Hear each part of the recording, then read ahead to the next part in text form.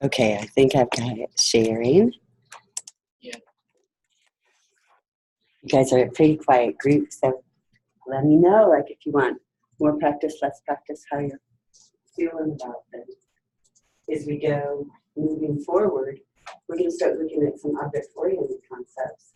We're going to stay looking at methods and things like that too as we get into our object-oriented concepts. It's kind of thinking about how methods can help us be object-oriented. This morning I'd like to have you get started by creating a small application. And I don't know, do you want to work with your study group? It's kind of up to you guys. If you want to rearrange with your study group, here's what I'd like. I'd like our program to prompt for information about some sort of audio purchase. You could make it be an audio file that someone's purchasing, or a download, or whatever you would like for it to be. But I'd like for it to have these methods. So in our display instructions method, we want to just display some instructions. Welcome to the awesome audio adventure, whatever. We'd like an input string function, probably where you maybe ask them for their name, or you could ask them, I guess, for their favorite artist, you know, something along those lines, but just prompt them for some sort of string.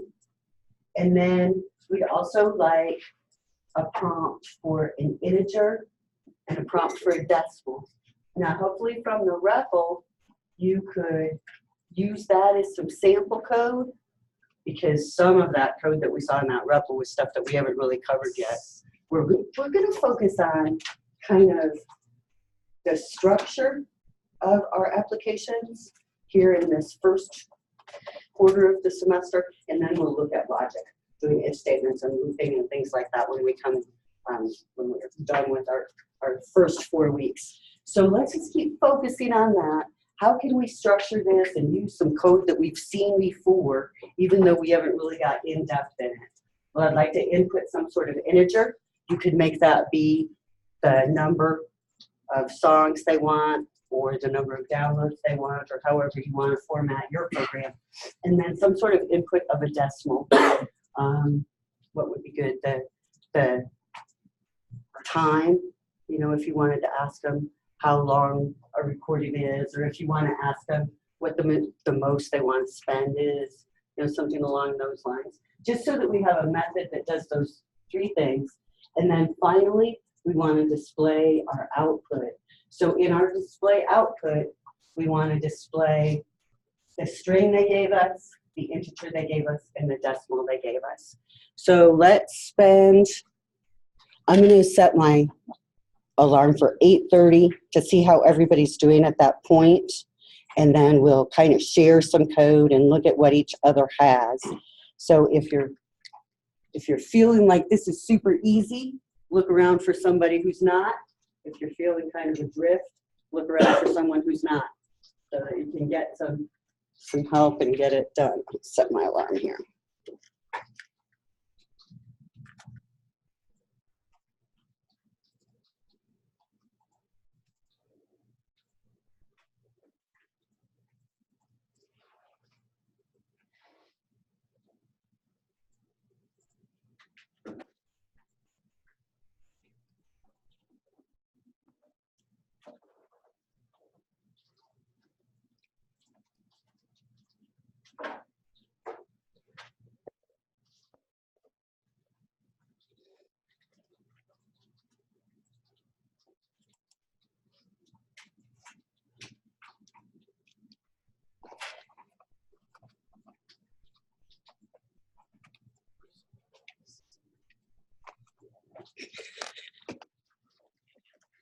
Make your space here.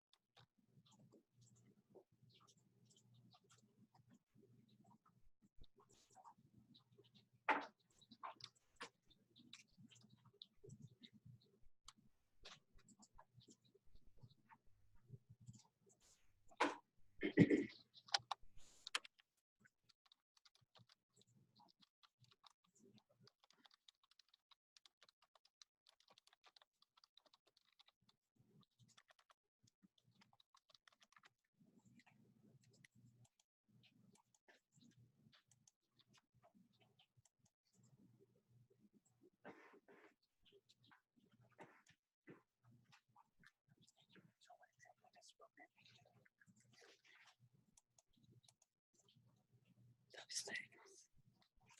Just anything that falls in those categories. We want it to be this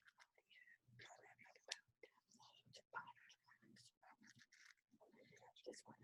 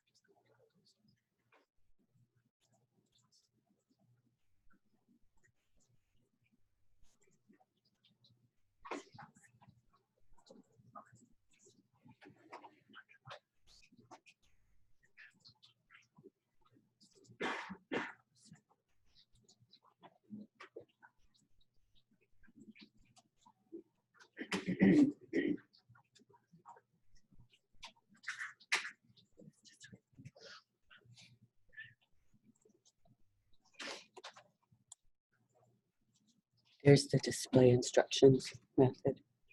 So you can make yours better. That's all you need.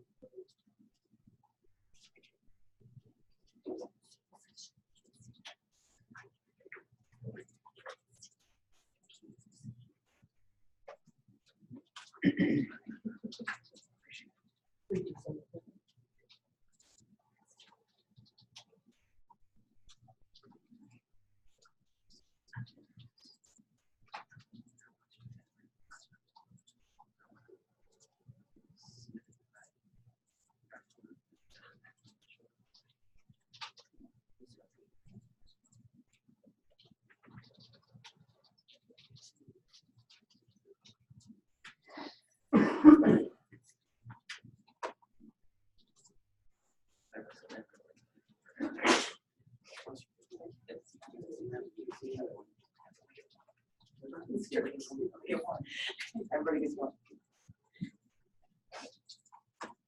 I've got this, I know.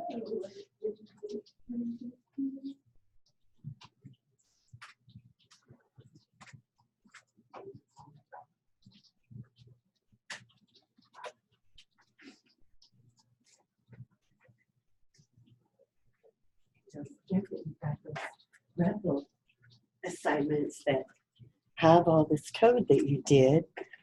So if you have it downloaded, your REPL assignments as you get done, you might want to start doing that because they have a little download button on the screen. You can grab those things and keep them on your OneDrive so you can refer to them.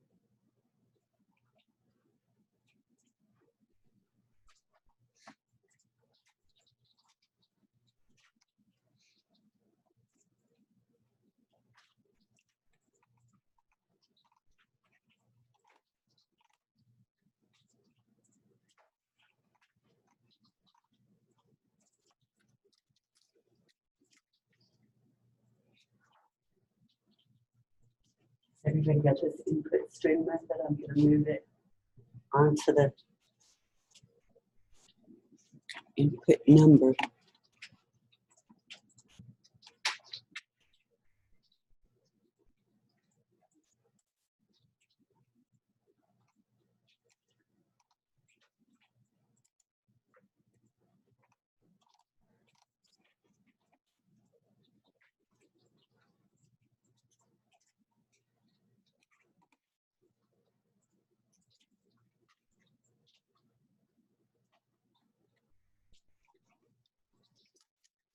I've lost it.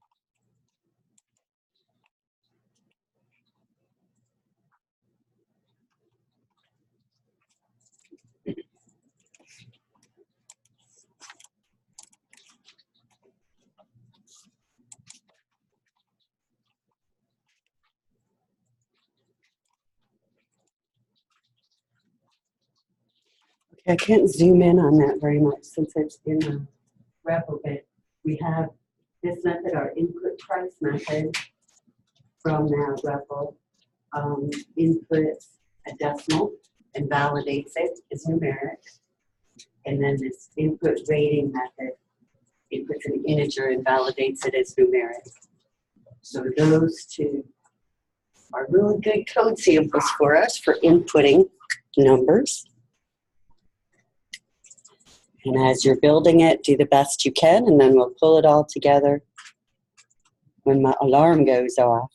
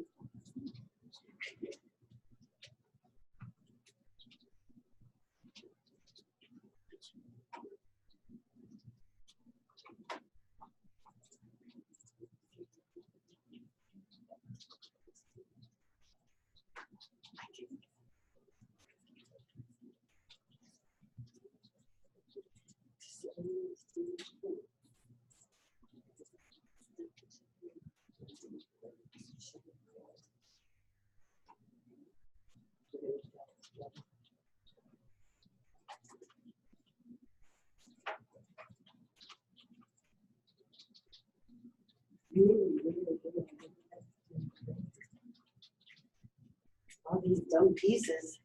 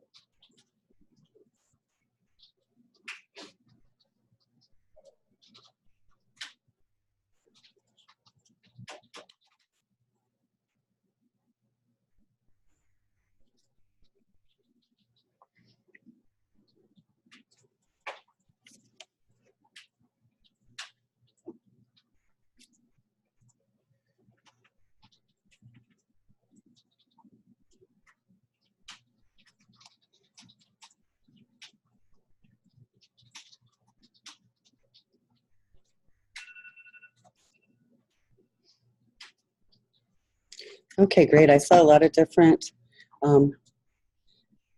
people in a lot of different places, everybody thinking, that's what we want.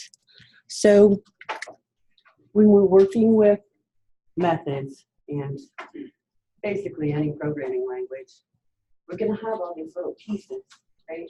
And sometimes people will look at me and say, there's just all these pieces. Yes, there are. And that's part of what programming is bringing all these pieces together and making them work together and work correctly. And so that's what we've got to do. Now, you guys went and you used Visual Studio and you created a project. And you're like, no big deal. Yeah, you know, it was just a couple weeks ago you came in here and made that happy for it. I've seen people that after a couple of weeks still couldn't do it, let me tell you. So you're doing good. Okay, then when you created your project, you're like, now what do I do? You kind of thought about it and you got yourself situated. And for the display instructions method, we can just create that method header really in a really simple way. It's not going to return anything. So we use that keyword void to say there's no return, no output from this method. Then our method name with the open and closing parentheses to show this method has no input either. So our display instructions method is kind of like the simplest method header that we could have. Void and the method name followed by the parentheses. Okay, so that's the most basic method that we could have. No input, no output. I say that, but then it actually does write things to the console. So we just mean there is no output internally within the program. Okay, it does write some messages out to the console. So in this method, that's all I did, was just one line statement and said, hello, welcome to whatever program this is. And we'll see that a lot with apps Perhaps we might see, you know, a really nice heading for a website, a really small one for a mobile app, but we usually see some sort of intro like that. Now, the way my program is right now, if I run it, it's not going to do anything, right? Let's make sure. I'll press Control F5. See my console screen, nothing. So I need to call that method to actually make it execute. And we know that our main method is the one that is receiving control from the operating system. So we have to put our call to our display instructions method in our main.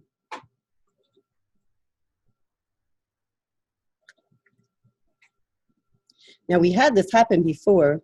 What's it telling me?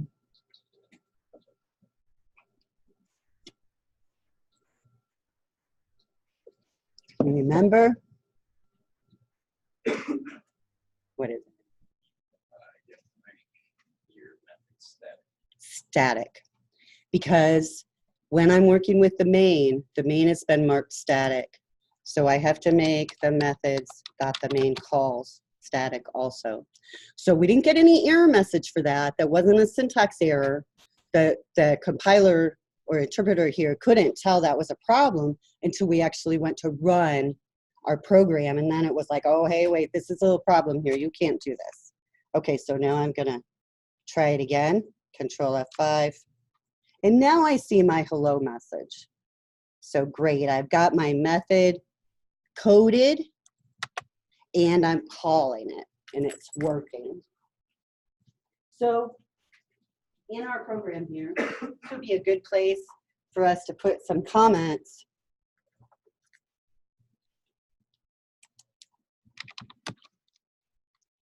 Display instructions method. So let's say static because it is called by the main. Void, no output. And in parentheses, I'm going to say return data type because that's what we would put there. And then we have our display instructions, our method name. And then we have the parentheses. And those show that there are no input parameters.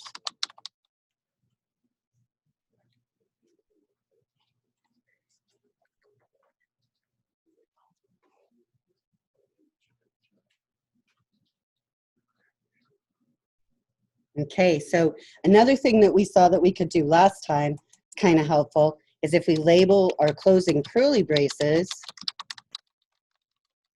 then we can communicate effectively as to where we are in our code.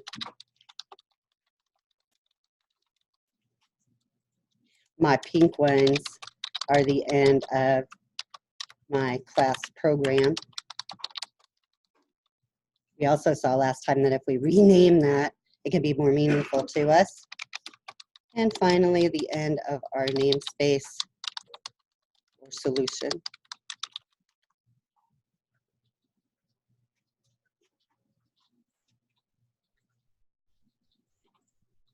So again, with our comments, it can kind of tend to clutter things up. Good things, bad things, trade-offs.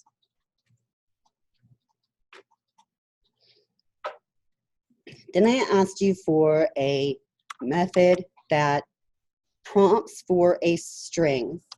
Now I know I'm going to have to make this static because I'm going to call it from the main. And I want to prompt the user for a string, so my data type that I output from this method is going to be a string. What do we want this one called? Let me see. Input string.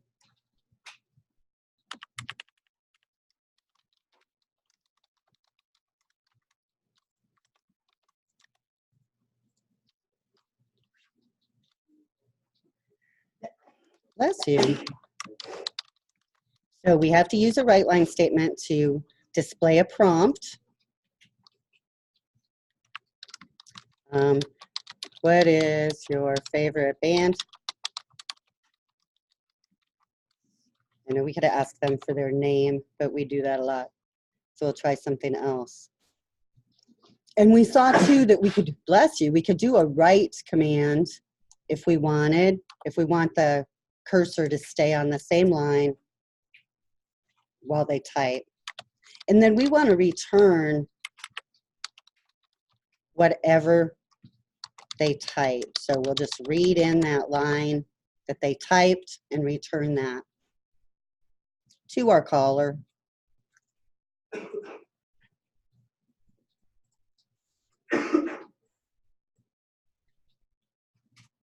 So now when I call input string from my main, I need to use a variable to save that return value, that band name. If I declare my string within my main, that would be a local variable to my main. Local variables. Let's do it. String, fave band.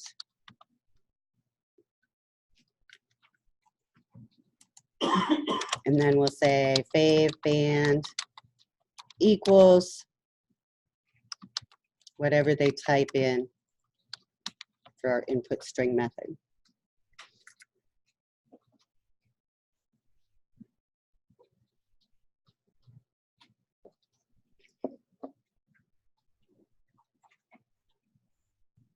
Now I'm going to go ahead and put in our output method because I want to start being able to tell what's going on, making sure that things are working.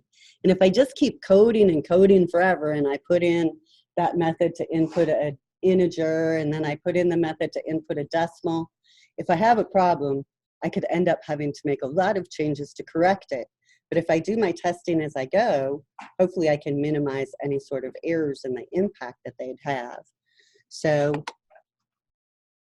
we want to name that thing display output. I'm kind of going in order with my methods, so I'm going to code it after the end of our input string method.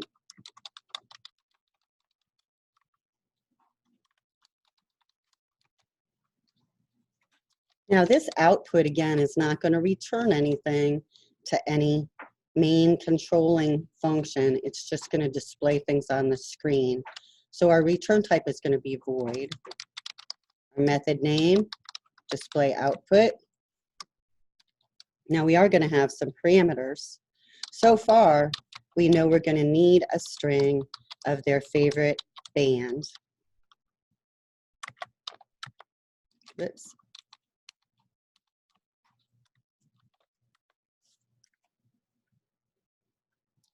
So I could just write out to the screen, write line, your favorite band.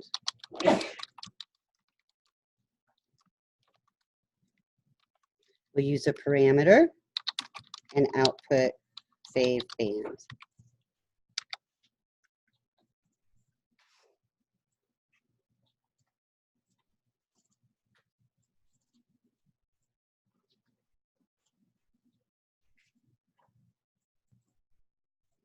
Now again, connecting the pieces is what we do, because I could have several different developers write these different methods, and it's the controller code, the tester code, that's going to put all the pieces together.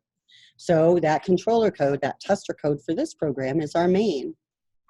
So in our main, we've called our display instructions to display those. We've called our input string to get their favorite bands. Now let's call our display output.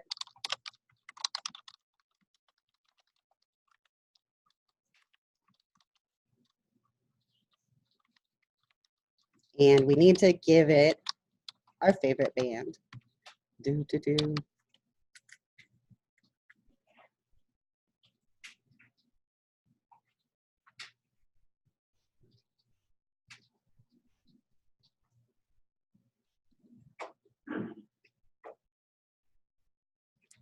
Let's try it. Control F5. What's your favorite band? I don't know. How about the... And then my display output method works and displays that information.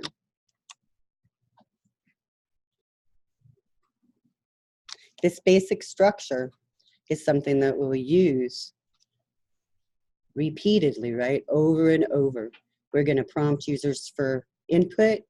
We're going to display that output. That's kind of what we do as developers. In between, we're going to have awesome code where we're figuring out logic and things that we haven't got to yet.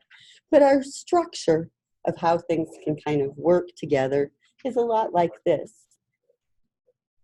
If you think about it, once you have your skeleton for your basic website, you kind of reuse it. Same thing. Everybody got it okay? Now, when we go ahead and add in a method to prompt for a numeric input, we're getting way off. Should be way far from your comfort zone. And if you're feeling comfortable with it, then you're in really, really good shape. Because when we're looking at these methods, they include logic, like I said, that we haven't covered yet. Because the input price and the input rating include while statements. Now, I felt like it was okay to give you those because with your intro to programming class, you know about repeating structures. Now, we haven't actually looked at this code a whole bunch to analyze it, to totally understand it yet. Right now, we're copying and pasting. We're kind of playing like the script kiddies or Google programmers, aren't we? Just grabbing some code and copying and pasting it. And sometimes we can do that. Now, I hope you guys are seeing, too, as we do this, that there are levels of being able to just grab a program off the internet, right? Because as you're seeing, hopefully, with C#, if you don't know what you're doing a little bit, it doesn't really matter if you grab all the code off the internet, because you're still going to be in trouble trying to figure out how to get it to do what you need it to do. So it's not as easy to cheat as some people would be like, oh, they just go out there and find it. No. I know that you don't. If you've been able to manipulate it and pull it all together, that's a lot of accomplishment. So I'm going to grab some code here, speaking of which, and I want to do this method that inputs the integer. Now, this code that you're looking at here, right now I'm in 2-0-3, and I am looking at the solution code. Now, the thing about REPL is it doesn't let you get to that solution code until you successfully submit. So you might not be able to see it. But in a lot of the REPLs, I actually have it set to where the next assignment starts out where the previous one left off. So if you go to the next assignment, you can see the code. That's not so much the case with these ones. So let me copy this and get it into Visual Studio so you can see it better.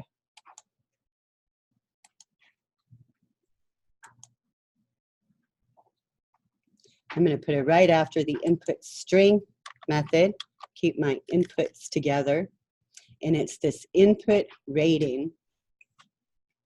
And I'm going to have to fix this because it doesn't match what we're doing. So I think what I'll want for this one, it is going to be input int.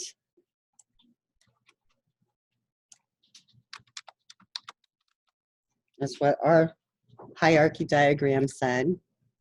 And let's say how many downloads do you want to buy?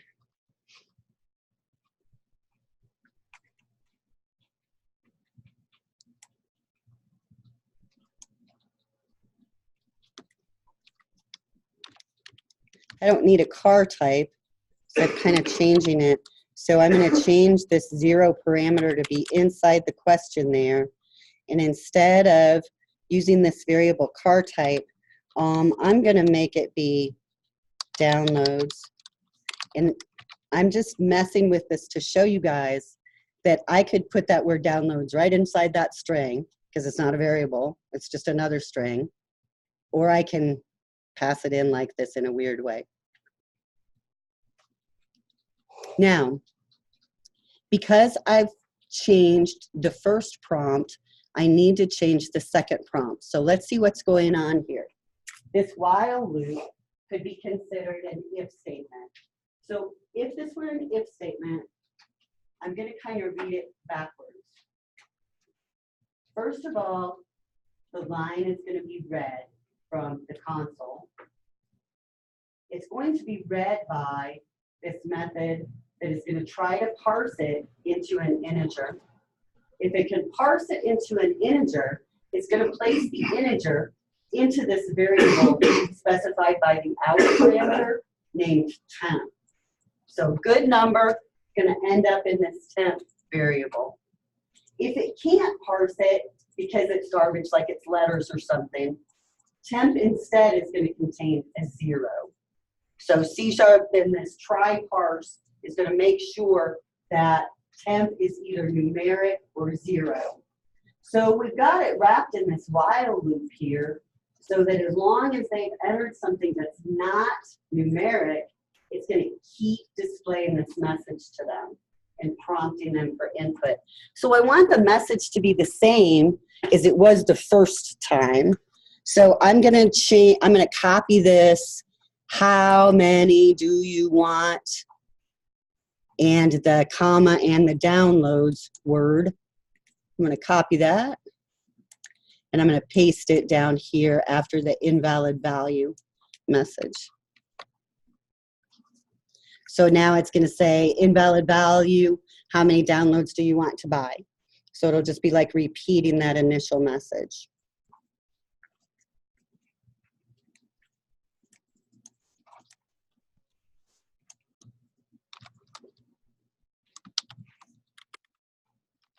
I'm going to fix this comment so that the method name is correct, because when we're commenting, sometimes it can be confusing to others if we leave things out of whack like that. Now, in the REPL, you guys just like breezed through and handled it so well. We had the requirement to create this input method for an integer, and I know one of them, it gave you the code, and then it asked you to copy that and create an input statement for a different data type, a double. So let's do that same thing.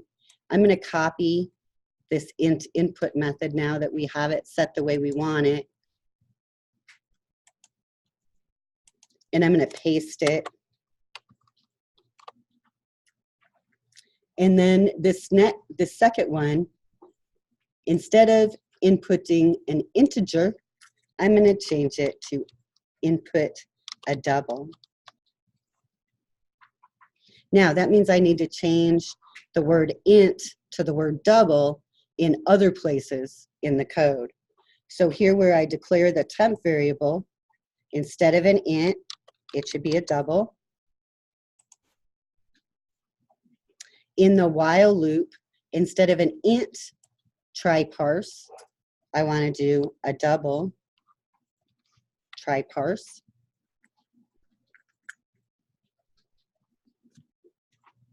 And then my return statement is in error too, because it says, hey, you made temp a double and you're saying you want to return an int. So I need to change that data type in my method header also to double.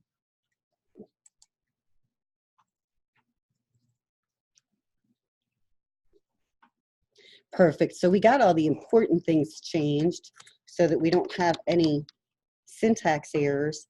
But let's change our prompt. Let's see about how much do you have to spend?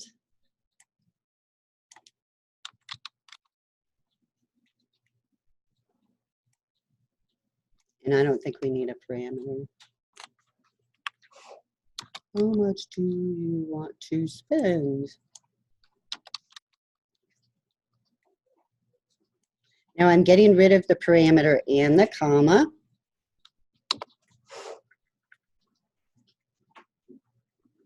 And then again, I'm going to update the message that's being displayed if the try parse fails.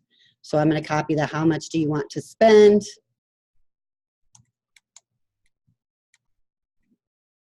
And paste it.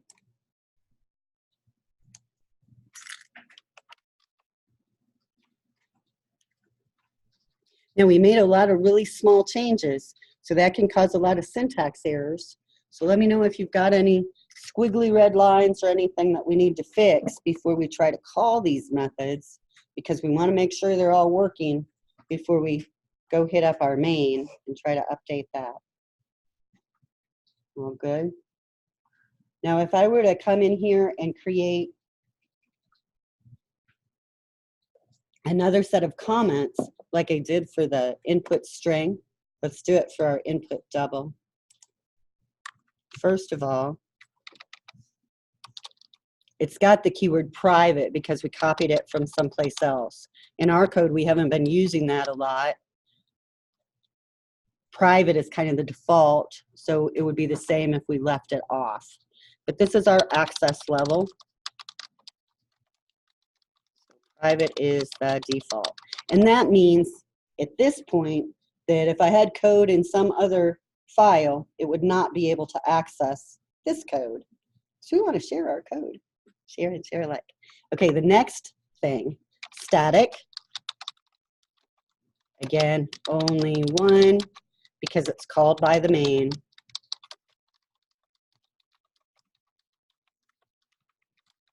Double is our return type.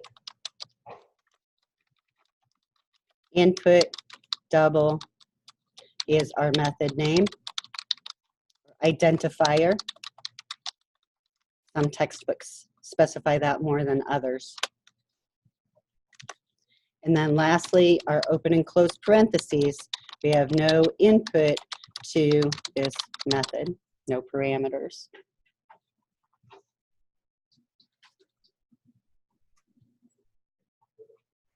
Now, like I said before, comments can kind of glom things up because it can make it harder to see. So put some more, empty lines or whatever you need around that. Because these comments are really important. These method headers can be hard to get a handle on for a beginning C# programmer. And if we start really identifying what each word is of that method header, then they become real easy. We just had to get to know them.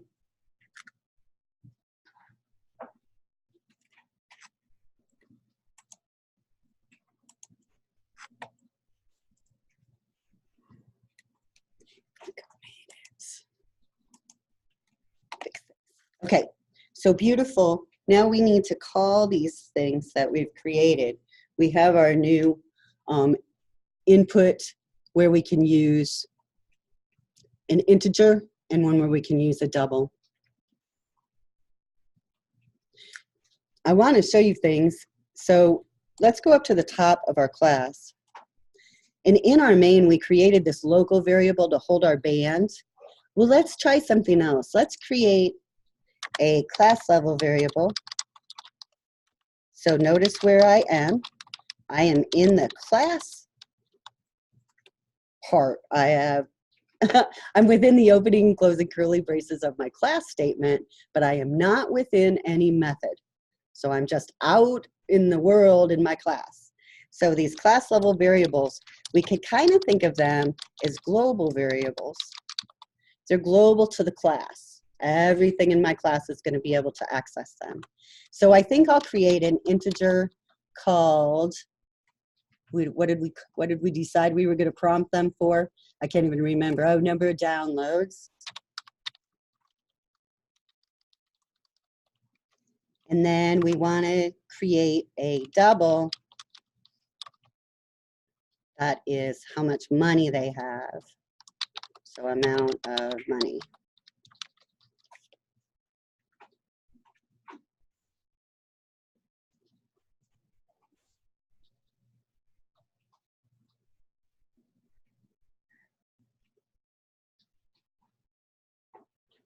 Now, because I'm making these class level variables, it would probably be best if I went ahead and gave them an initial value of 0 so that I don't get any sort of error messages when I try to use them. It's not the end of the world, but I'll go ahead and put that in. So let's set them equal to 0.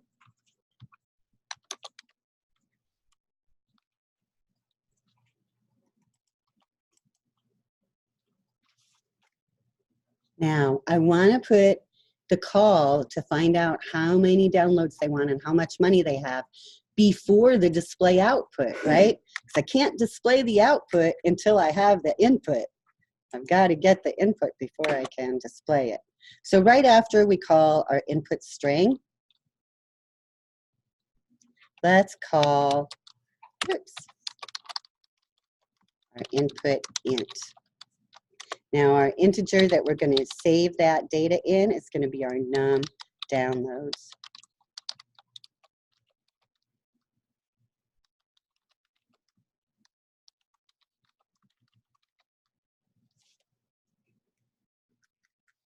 And I'm getting one of those silly ears. What kind of thing is it griping at you about? An object reference is required for a non-static field. It's silly static again. So again, since this variable is going to be used by a static method, I have to mark it as static.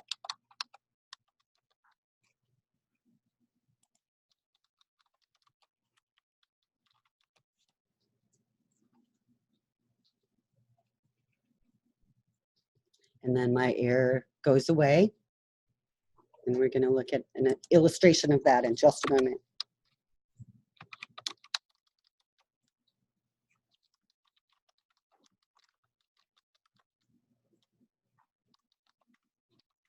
So our amount of money is going to be equal to our input double.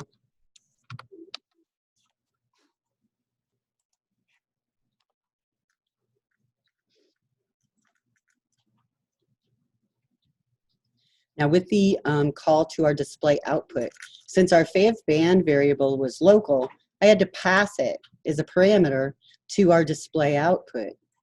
Since our num downloads and amount of money are global, I'm not going to have to use those as parameters. I can access them in all of the methods that are within this class. So I will go ahead and in my output, add that information.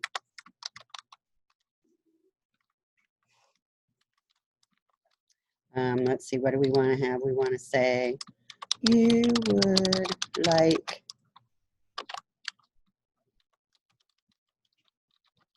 that many downloads.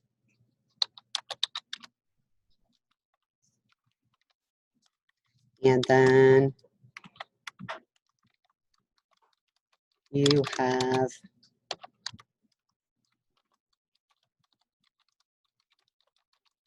that much cash to spend. And the variable that we would like to use is, oh, what's it?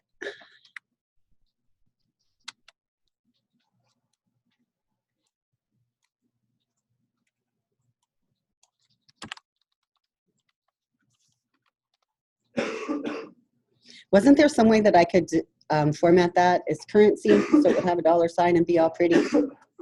What? What is it? 0:C. You are so right. Good job. Okay, let's see if our program is all working here. I'm going to control F5. Who is your favorite band? I want 15 downloads. I want to spend $35.67 because I made that a double and I'm going to use it. Ah, there we go. Favorite band is Green Day. You would like 15 downloads and you have this much money on hand. Is it working for everybody? How's it doing? It didn't work. Didn't work for you. Help each other. Let's get it all working. We can show it on the screen too. Oh my goodness. Line 24, it says.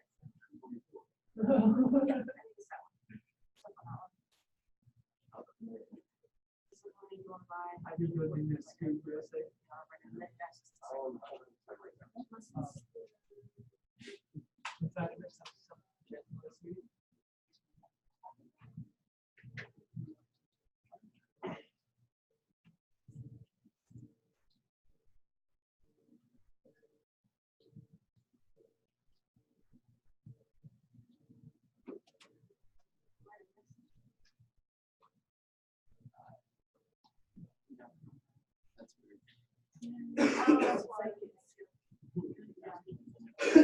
Okay, go ahead and run it again. Just make sure you type in your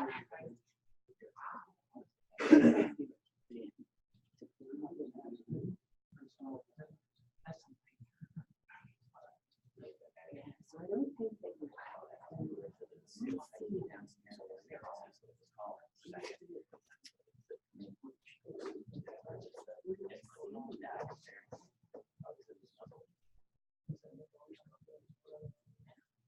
I was happy. Yeah.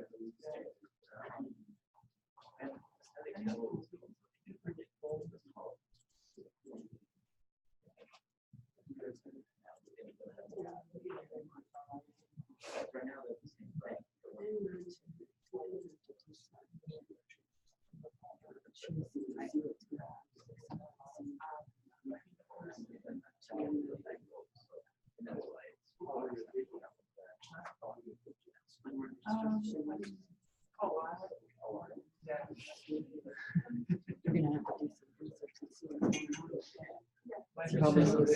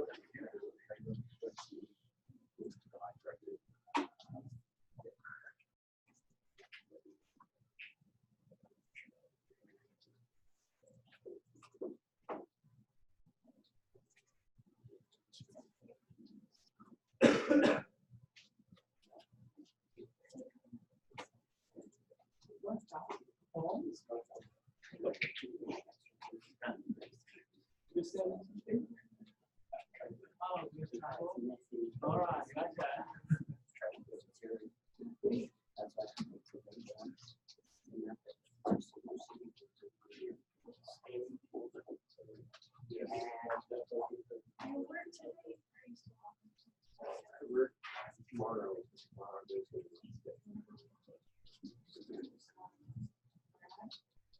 Are you guys doing?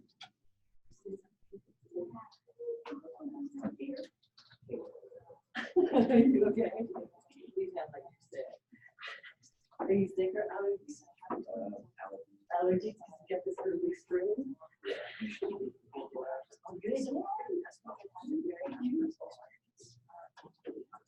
Okay, so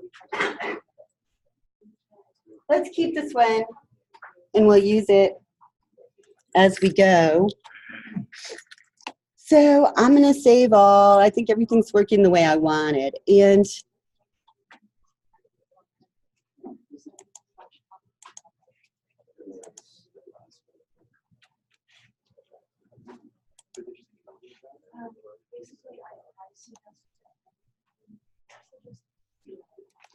I think that I'm trying to find where this PowerPoint is. It may not actually be on Canvas, so I will get it out there.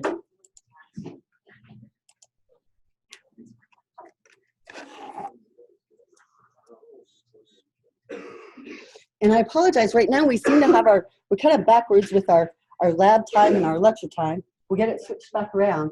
Just happens as we go.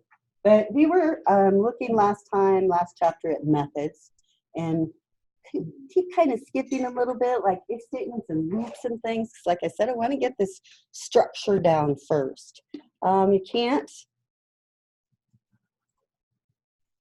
you can't decide and paint the house until you have it built, right? That's the same thing with C#. We want to understand how everything is structured, and then we can put it all together. In chapter 5 in our textbook, they talk about encapsulation.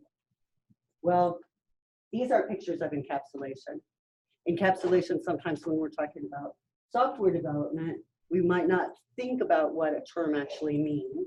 But right here, I like this one. This is some sort of anniversary gift somebody got, and it's got some earth and grass encapsulated in this, acrylic block.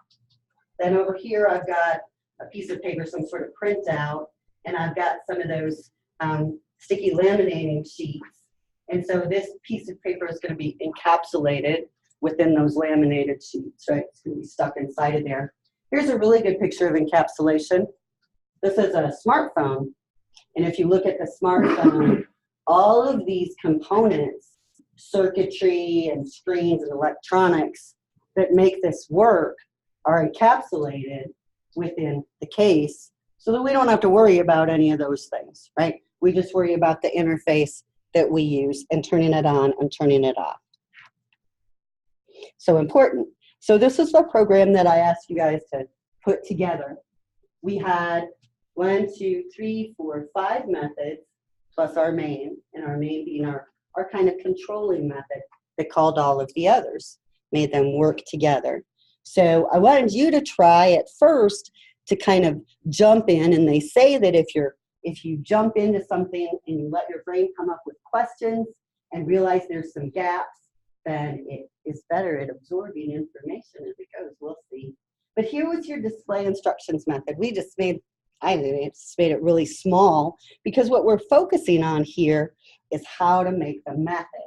So everybody has come a really long way. We know that that method is that logical code block.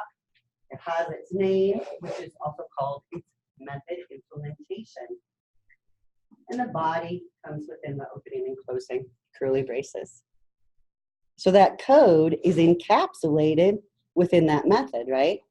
If I want to display the instructions there, I can call that method and it'll take care of it. I don't have to worry about it anyplace else. All of this has all of those same method things that we've looked at already. When we want to call the method, we just put its name in our code. And our method can be thought of as a black box. That's what method encapsulation is. So when I call that method, I don't have to worry about what it does. I can just call it, let it do its thing, and it's going to return to me some output. One application that I always kind of like to equate to the black box thing, when I worked at Conoco a long time ago, I had a friend, she was also from Southwest Missouri, who worked there too. And they assigned her to write the software to calculate how much oil or fuel or whatever is remaining in the storage tank. And if you look at a storage tank and you drive down the highway and you see a whole bunch of them, you don't really think about it that much. Well, the storage tanks are built to pretty exacting, I guess, standards, but yet they're really dynamic, they're really flexible. So they can actually kind of move around, and the top has a giant piece of metal or cover that sits on top of the oil. And then as the quantity of the product goes down, that cover kind of drops down with it so that there's not air. You can't have a big old giant storage tank of jet fuel with a whole bunch of air at the top. So they have lids. So they have all these really weird things, and the sides will get kind of bendy, and the engineers will keep all of that. They'll account for all of that when they're measuring things. So it's very interesting. So Jennifer had to do a whole lot of work. She had to work with the engineers for 6 or 8 months, and engineers that would go out and measure storage tanks and go inside and drop down their little stick to see how deep the gas was or the oil. And it was a very, very, very involved task. She would write code, they would analyze it, determine if it was correct, come back to her and say, no, we're off a few gallons, we need this to change. This is something that's really important, right? It's all their money. So once she got that code done, do you think they ever went back and said, let's rewrite that? No. Not unless there was some sort of major undertaking or major problem where they redesigned storage tanks completely. So Jennifer wrote this black box. How much product is in this storage tank based on the tank name and the measurement, right? You can go look up all of the information about it. So it's a black box. Nobody else has to go through all of that trauma to work with all of those engineers to figure out how to do those calculations, how to come up with that formula, all those algorithms, because it's done now. Now, that doesn't mean that it can't be improved. You guys, as you see, there's always room for software development for improvement. So that's good. We're never, ever all the way done. But that black box idea is really important in development, because if we were constantly redeveloping the wheel, constantly figuring out another way to do the same thing, we'd never get anything done. So we have to get some things coded, put aside, and black boxed. Now we can call it from wherever we want and use it. Now, how does a method encapsulation work? Well, pretty much just like that. We have our input parameters that come from outside, and we have our return values that are sent to outside of our method. But within our method, we can have private data fields. We saw we could have those specific variables in our method that are hidden from any other method. And we could have the algorithm, all of the logic that goes on in that method. And it's all hidden from anybody outside. They don't have to worry about it. All they need to worry about is what's the input and what's the output for that method. Okay, and our static keyword only occurs once. So whatever we mark as static only occurs once, like display instructions. Our main is a console program, right? We say we want this to be a console program. In the old days, when things were first developed, there was one console. That was it. There was just the one. So anything that was going to be input from or output to the console had to be single threaded. Could only do one thing at a time to display messages on that console. So we had to have this idea of things being static. There only being one of them.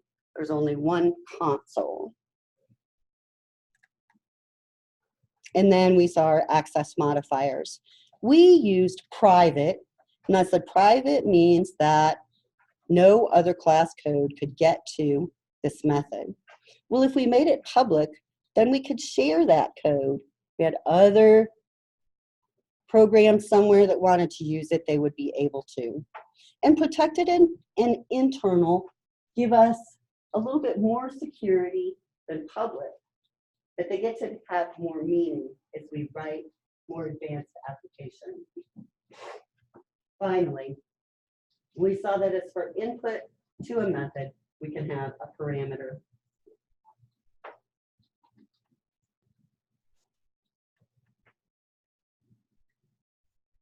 If we have multiple parameters, we're going to separate them by commas. We didn't really do that in our program, but we always had lots of opportunity for practicing. And last time, we were talking a little bit about overloaded methods, where I can have multiple instances of a method with the same name with different signatures.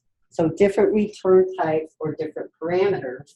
And the C# runtime system will determine which version of the method to run based on how the method is called. And that gives us the ability to have our method do multiple things. We'll look at that a lot. Okay, so why is a method part of encapsulation? It hides the details. The other people that are using our method don't need to know how to calculate a storage tank volume because it's acting as a black box. So methods help us implement these modular programs where we can have one person do some work and other people use it. In each method, we want to have a function, a logical reason for being. And this is really going to help us make our code reusable and make it more understandable and maintainable. Okay, we're going to start on really object-oriented things. So I want to show you this program here. So this is a Unity program here. And it's a sphere emitter. So we said that all of the things that come from the main or that get called by the main have to be marked static. So if I have the word static, I can only have one thing. So I can't do this. Right? I can't have all these spheres because if I had something marked static, I would only be able to have one of them. Right? So I could have my sphere emitter, it could be static, but all of the spheres that are being emitted, they can't. They're not static. Whenever we're working with object-oriented ideas, each of these spheres is going to be considered an instance. So they're an instance of a sphere.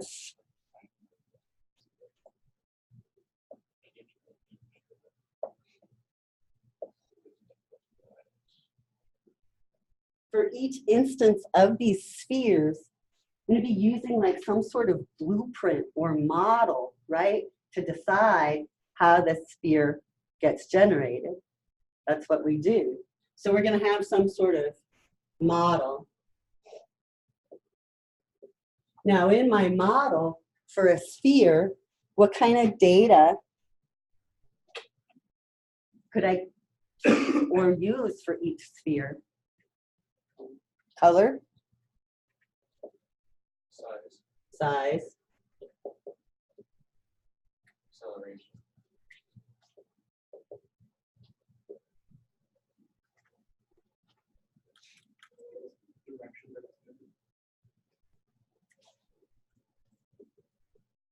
Collision boundaries.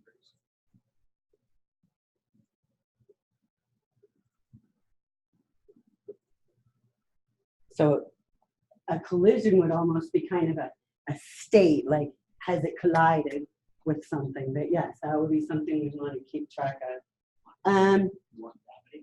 Do what? Gravity, mass. So all of those physics, we'll put physics, all of those kinds of physics things. Good, because those are the kinds of attributes that I would have for each of these spheres, right? So all of those, we could consider those to be our data about our spheres, our attributes, our properties. So I'm going to try to think of the 47 terms I could use for all of these data elements. Are they making a pile? Oh, they got to go inside with it. So the physics is really cool, right? Because they're just because they're affecting each other, they kind of change the way they're all going. Okay, so that's great. Those are data attributes. What about behaviors? What kind of behaviors are you seeing out of the spheres? What kind of methods would they have? I guess the first one to me would be the one where we create a sphere, right? So that would be the instantiation, our big word for today. So instantiation is when I create an instance of something. That's when I instantiate it. What other kinds of behaviors are they doing?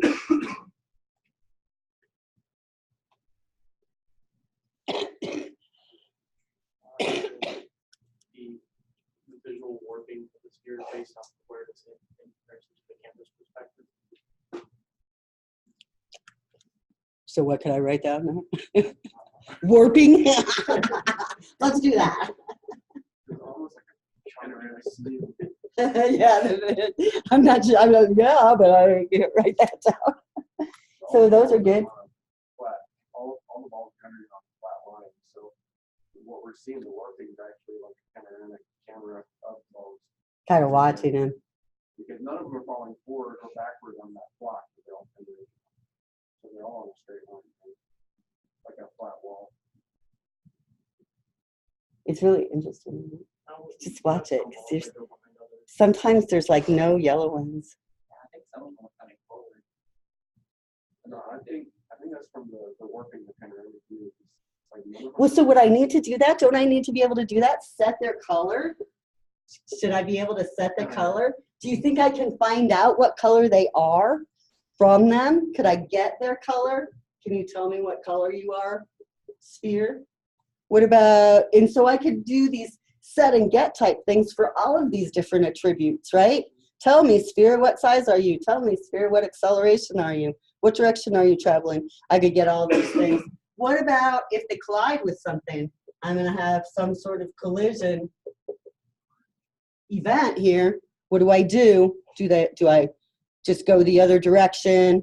Is there something happening there? We could make something happen. Like right now, maybe there isn't much happening, but maybe I want to, you know, instantiate some sort of explosion or something, make one of them disappear. I could do things like that. Whenever. There they all go.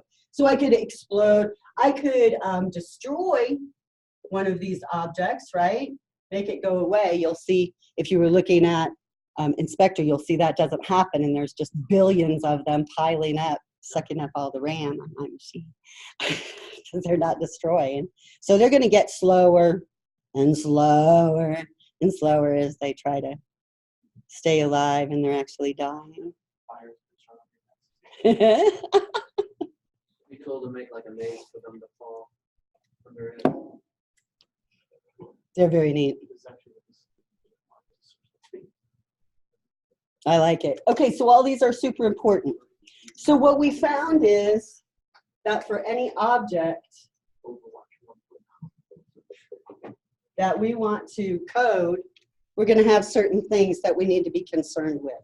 We're going to need to be concerned with the data that object carries, the attributes, and we're going to be concerned with the behavior of that object, and the behavior is going to be the methods.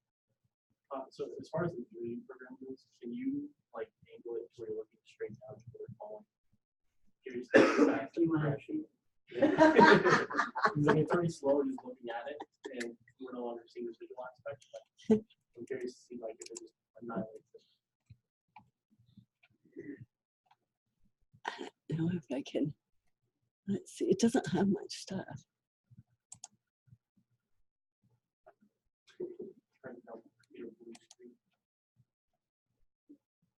If you got a scene, you should be able to angle the camera.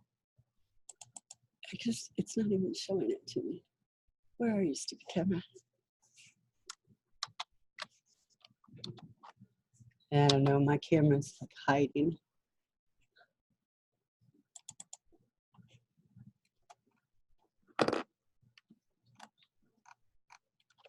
Where are you, camera? I don't see the camera. You guys will have to mess with it here in a minute. Let's get these notes down first. Try to get me distracted. I see how you are. Okay, so notes, notes, notes, things that we need that are really, really important for object-oriented development. We're seeing that for every instance of an object we create, we're going to be instantiating that instance. That instance is going to be based on some sort of model that we've already supplied. That model is going to specify what kind of attributes this object has and what kind of behaviors this object has, so that we can kind of, in our programming, be able to keep track of multiple instances of something instead of just one. So with the program that we wrote today, we can ask one user for one favorite band.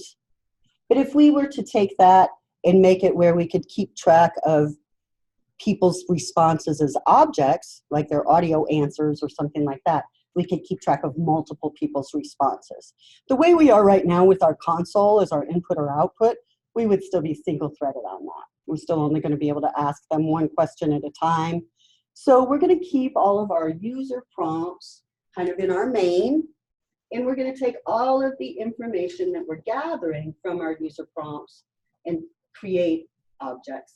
So whenever we create a model in C#, that model is called a class.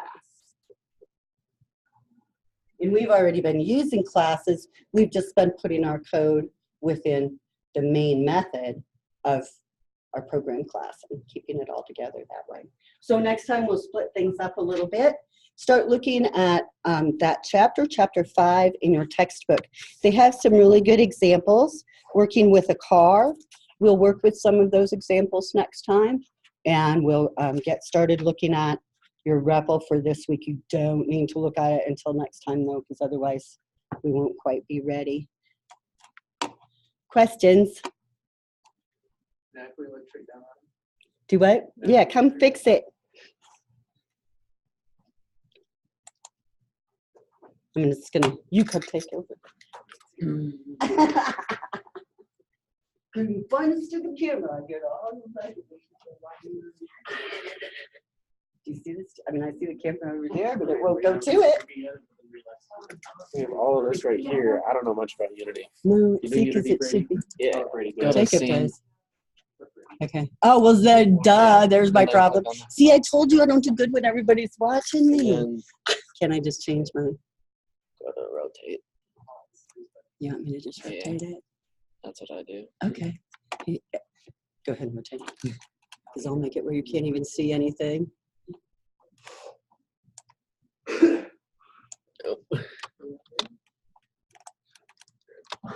He's gonna fix it. I like our book for the Unity class because it says things like, as a developer, you don't have to worry about the interface. And I'm like, that's true.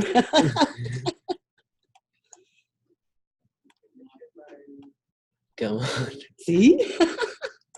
I was just gonna gizmo it and make it go other direction. Get these experts up here. Come on, experts. Drag it, fix it. Should be easy.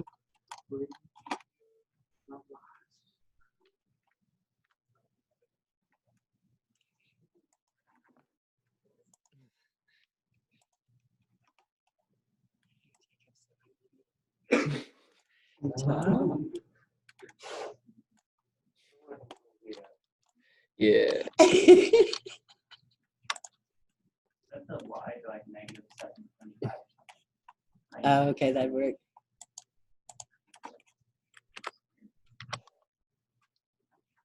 $725 is what he was suggesting. Nope. You guys are always how it is. We want to look down. I think you just change the gizmo thing. Click on that. Blue.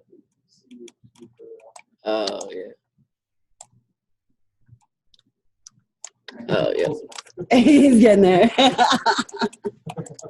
How many people does it take to move the Unity camera?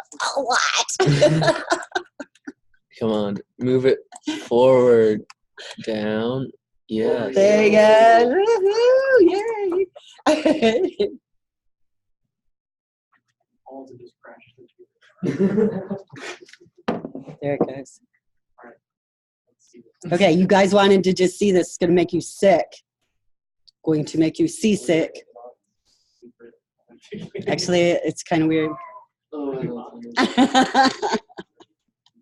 see the pixels going crazy with this and trying to track the really far. Is there actually a bottom to this, or is this just like? no, it's infinite. It's going on into space. So So how many balls are there? I want to watch the hierarchy screen so you guys can see the spheres get created. There they go. You can tell that it needs more RAM. Can see it. Okay, think about objects. And like I said, in your textbook, they talk about a car, but we are set. If you need to finish up that REPL, do so. If you need some help, let me know. But other than that, you're good to go today. Get back here. Any questions? Got it? Okay.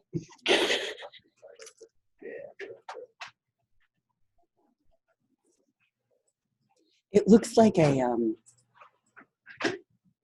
don't know, like a superhighway. Yeah. Two superhighways, like they're heading up in their different directions for stuff. You too. A screensaver really slowly crashes your computer. Under the desk or something. We're We're here for able hours. to handle it. We can do You're it. not I know this is great. Purchase and what is the purchase?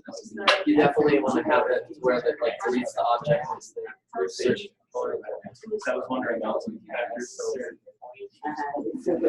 Yeah, it says convert into string. I'm like, what am I doing?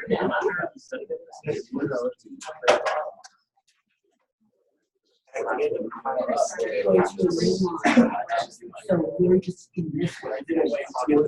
I know, I was watching my son other side.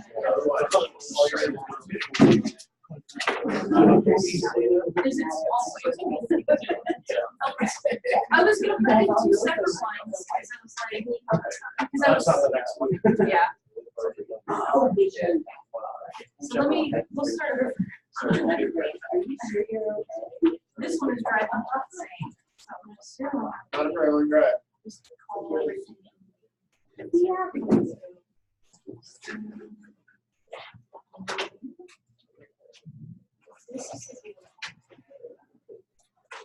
I never know which way it's gonna have.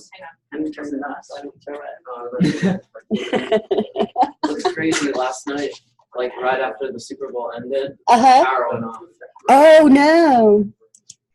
It didn't come on until like 5:30 in the morning. Really? So do you know what it was? Because I saw somebody post on Facebook that their power was out. I don't know if it was. He was on like me and like the house behind me. All the other houses. Really? We thought it was funny, all the fireworks. Did you hear fireworks? There was like more fireworks than New Year's Eve. So, That game was crazy. well, we just turned it on at the very end, so we liked it 'cause it was real exciting right there at the very end. We It were was like, "Are the Chiefs gonna win or what?" yay! It was super exciting. I don't think it could have been any more So the exciting. power came back on I have an older Mac Uh-huh. and it has like a built-in speaker. So the Mac turned on, it was like boom, and made the startup sound, and my like monitor turned on. I was like, okay, I guess time's back on. I'm glad at least it came back on before you had to go to school.